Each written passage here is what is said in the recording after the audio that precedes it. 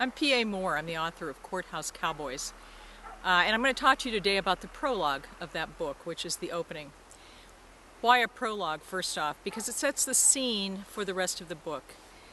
It starts the book in 1997, back in California, where Paige and Jack DeFalco are both prosecutors, big city prosecutors. They're cynical, they're harried, but they're also addicts. They love criminal law. They're passionate about criminal law. They go to trial 60, 70 hours a week. Jack tries death penalty cases.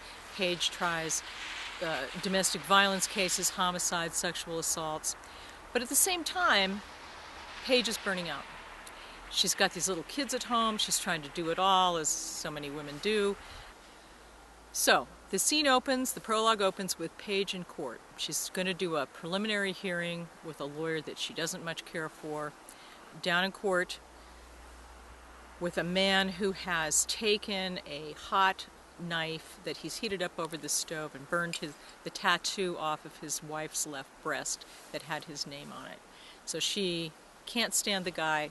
Also, her husband, Jack, has just lost an election that took a lot out of the family. And she loses it in court. Bottom line is she loses it in court.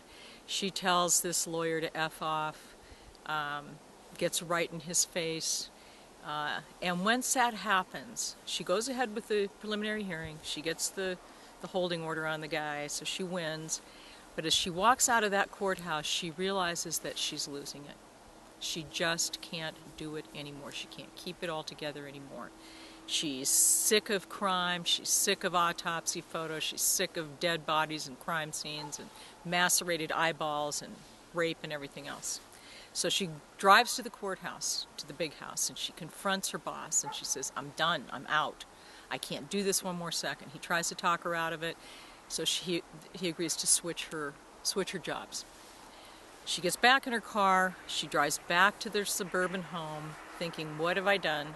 I've just given up my career to take this low-level desk job, and I'm going crazy. I can't do this anymore. So she goes home, and she tells her husband, Jack, she says, I'm done. I can't do this anymore. We're moving to Montana. We're quitting our jobs. We're selling our house. We're giving everything up that we know, and we're moving to the hinterlands of Montana where we know nobody, we have no jobs, no employment prospects, nothing. We're just going to do this. And he, of course, tells her she's crazy, and he's not going. And then she says, I've lost my soul. I've misplaced it somewhere between the courtroom and the Catholic Church. And unless I find it, I'm just not going to be able to keep going. And I think I can find it in Montana. And that's why we're moving. That's the prologue that sets up the book, that sets up the DeFalco family moving to Beartooth, Montana, a tiny town with a beautiful mountain ski resort, snow. There you go. So next time, I'm going to talk about chapter 1, and then I'm going to talk about each chapter as it comes up.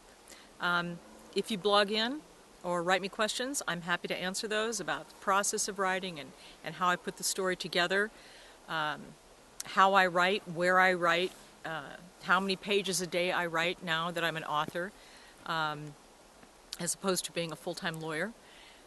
So, thank you for listening, and we'll see you next time.